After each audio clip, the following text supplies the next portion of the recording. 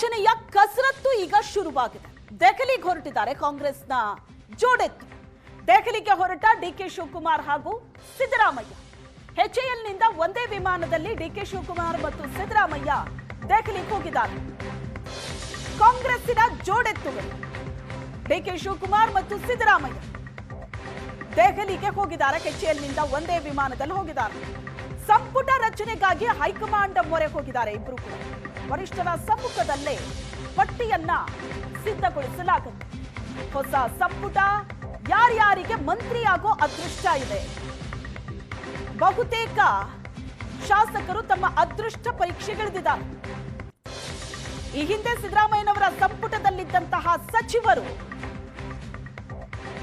ಅದೇ ಸಚಿವಗಿರಿಯನ್ನ ಮುಂದುವರಿಸೋದಕ್ಕೂ ಕೂಡ ಮನವಿ ಮಾಡ್ತಾ ಇದ್ದಾರೆ.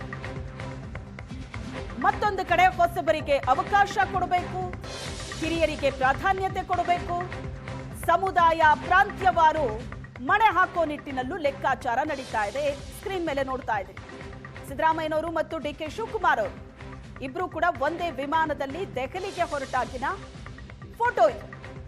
ಒಂದೇ ವಿಮಾನದಲ್ಲಿ ಕೂತಿದ್ದಾರೆ. ವಿಶೇಷ ವಿಮಾನದಲ್ಲಿ ದೆಹಲಿಗೆ ಹೋಗಿದ್ದಾರೆ. ಸಂಪುಟ ರಚನೆಗಾಗಿ ದೆಹಲಿಗೆ ಹೋಗಿರೋದು. ಹೈಕಮಾಂಡ್ನ ಮುಂದೆನೆ ಡಿಸೈಡ್ ಆಗುತ್ತೆ. ಯಾರ್ಯಾರಿಗೆ ಸಚಿವಗಿರಿ ಸಿಗತ್ತೆ ನೋಡಬೇಕು. ಲಾಬಿ ನಡೀತಾ ಇದೆ. ತಮ್ಮ ತಮ್ಮ ನಾಯಕರಿಂದ ಒತ್ತಡವನ್ನ ಕೂಡ ಹಾಕ್ತಾ ಇದ್ದಾರೆ.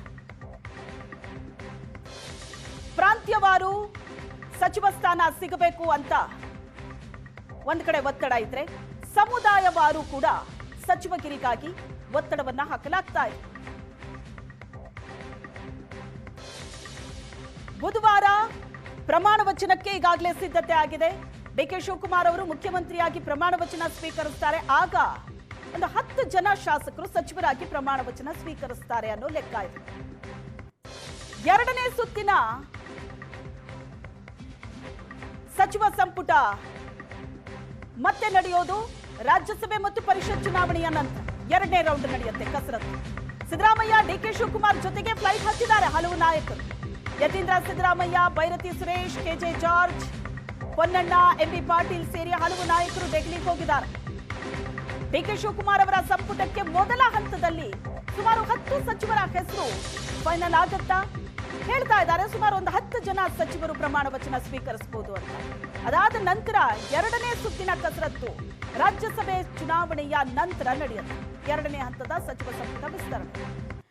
ಒಂದೊಂದು ಸಮುದಾಯದ ಒಬ್ಬೊಬ್ಬರನ್ನ ಸಂಪುಟ ಸೇರ್ಪಡೆಗೆ ಪ್ಲಾನ್ ಆಗ್ತಾ ಇದೆಯಾ? ಸಮುದಾಯದ ಒಬ್ಬರನ್ನ ಸಂಪುಟ ಸೇರ್ಪಡೆ ಮಾಡಿಕೊಳ್ಳೋದಕ್ಕೆ ಅದು ಕೂಡ ಒಂದು ಕಡೆ ಲೆಕ್ಕ ನಡೀತಾ ಇದೆ.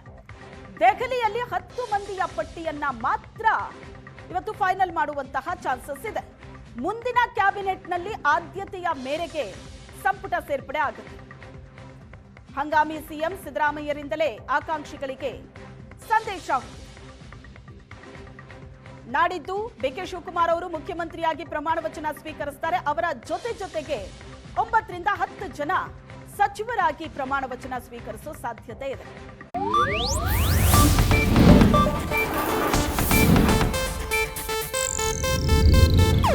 ಇದು ಏಷ್ಯಾನೆಟ್ ನ್ಯೂಸ್ ನೆಟ್ವರ್ಕ್ ಪ್ರಸ್ತುತಿ.